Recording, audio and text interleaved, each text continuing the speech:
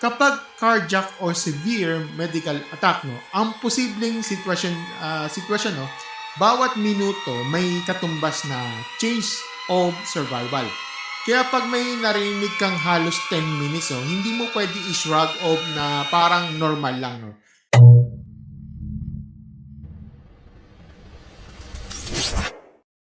Hello mga stories, welcome back sa isa na naman random reaction show dito sa ating channel, My Stars. Ako pala si Mikey no, at pag-usapan natin ngayon no, na itong nakakabigat na issue tungkol sa alleged 911 delay sa Taguig emergency response. No.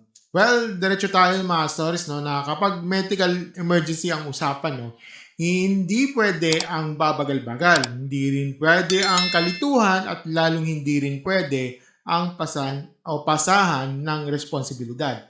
So, base ito sa public posts, news reports, at saka official statements. At yes, mga stories, may investigation pa na ginagawa, no? Kumbaga ongoing pa sa DILG, no?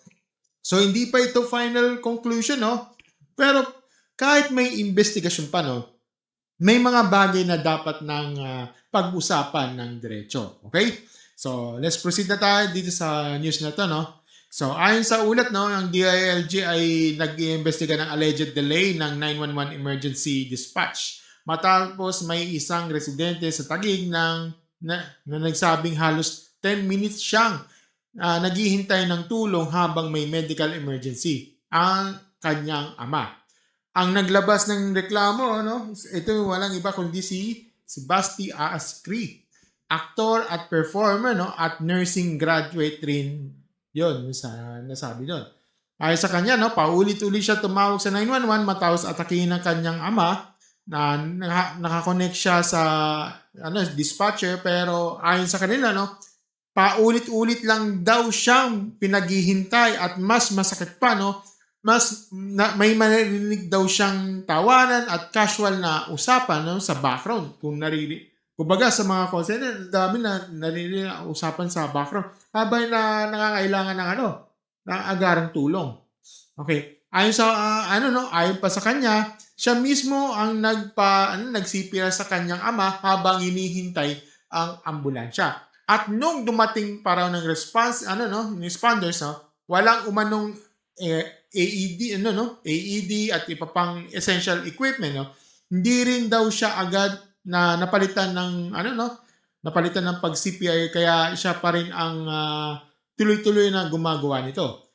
Samantala, no, ayon naman kay DILG Secretary John Vic Remulla, no, may tawag na natanggap ang emergency call 911 pagkatapos ng 12:15 PM noong August 15, no, at na-forward ito sa Taguig Command Center ng 12:17 PM.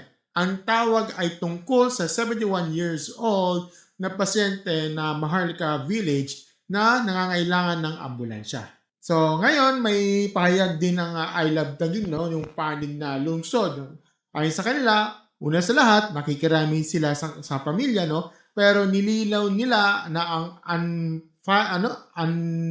Unified 911 ay national hotline sa ilalim ng DILG at hiwalay ito sa mga direktang emergency hotlines ng lungsod ng Taguig. Ayon pa sa kanila, no, ang address na nagbigay daw sa Taguig Command Center ay lot at block number lang. Kumbaga, let's say block 1, lot 1, parang ganun lang, di ba? Walang street address o landmark. Kumbaga, ganun. Sinubukan daw ng Command Center na humingi ng mas kompletong detalye mula sa 911. Pero hindi raw ito naibigay. Tinatawagan din daw nila yung contact number na pinasa pero hindi nasagot. Dahil dyan, nakipag-unahin daw sila sa barangays ng Maharlika at barangay Upper Bikutan, no? Samantala may mga kamag-anak daw na pasyente na nagtungo sa barangay hall, no? At doon napadala ang barangay ng Patient Transport Vehicle o PTV, no? Dinala ang pasyente sa Taguig Pateros District Hospital at dumating daw ng 12:43 PM.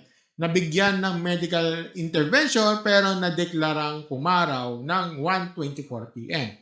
Sa mga comments naman, may nagsasabing mahalaga ang talagang nagbigay ng tamang address at kompletong informasyon, no, para mas mabilis ang respondent. Okay, so ito na yung aking reaction ko dito. No? Unang-una, sa emergency, minutes matter talaga.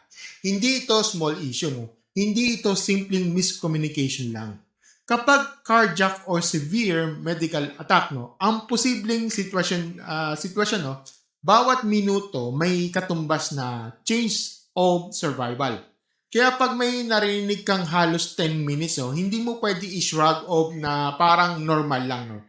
Pangalawa, hindi sapat na sabihin lang na magkaiba ang national 911 at saka yung local hotline. Well, real talkan tayo dito, ha? Real talk tayo. Magkaiba talaga ang yung 911 at saka yung local hotline.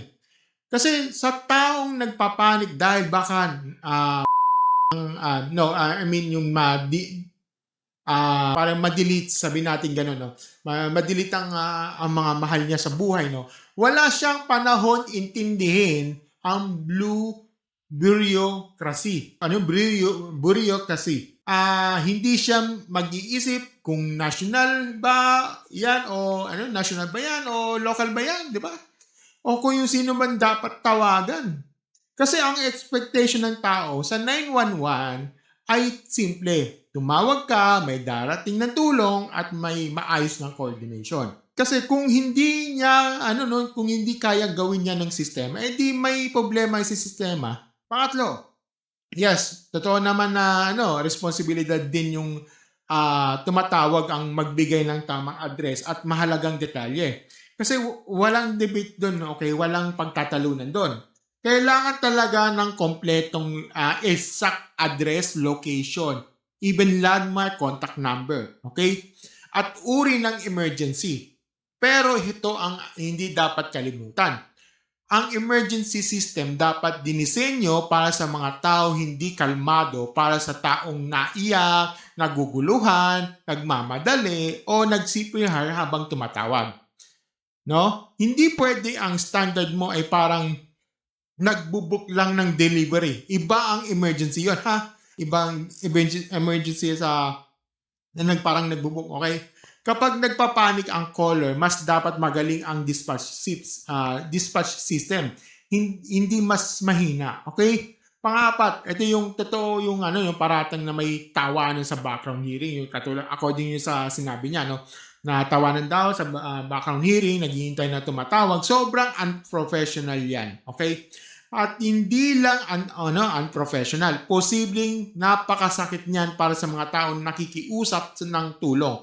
Pero dahil investigasyon pa, kailangan mailabas o ma-review ng call recordings, logs at timeline. No? Huwag tayong mag-assume lang. Pero huwag din nating i-dismiss agad. Okay? Panglima, yung usapan ng AED at kakulangan sa gamit, no. Napakaseryoso niyan. Okay? Napakaseryoso. Kasi kapag suspected cardiac case yan, talagang papasok diyan ang tanong na anong klase ng sasakyan ang dumating, di ba? Full ambulance ba ito o patient transport vehicle lang, no? Dahil magkaiba yan ng capacity at kung kung PTB lang yung nagamit dahil sa kulang na coordination, mas lalong lumalabas na hindi optimize ang response system, di ba? Panganim, ito yung wag din agad sisihin yung pamilya o yung caller na parang siya ang may pinakamalaking kasalanan dito. Minsan may nababasa akong mga some comments na nakikita ko diyan, hindi ko babanggitin, okay? Na yes, pwedeng may kulang sa details o pwedeng may missed callback, pero hindi dapat umabot sa punto na parang sinasabi natin, mas kulang ang address, okay lang na nagkaganito. Hindi ganyan, okay? Hindi yan okay, okay? Pangbito, ito hindi rin dapat gawing instant relay ng isang isang panic kung wala pa ang kompletong kompletong context o yung facts, di ba? Ang tamang gawin dito ay ilabas ang buong timeline. Anong oras tumawag, anong oras niya sumagot, anong oras na ipasa sa Taguig, anong detalye ang nakuha, anong detalye ang kulang, di ba?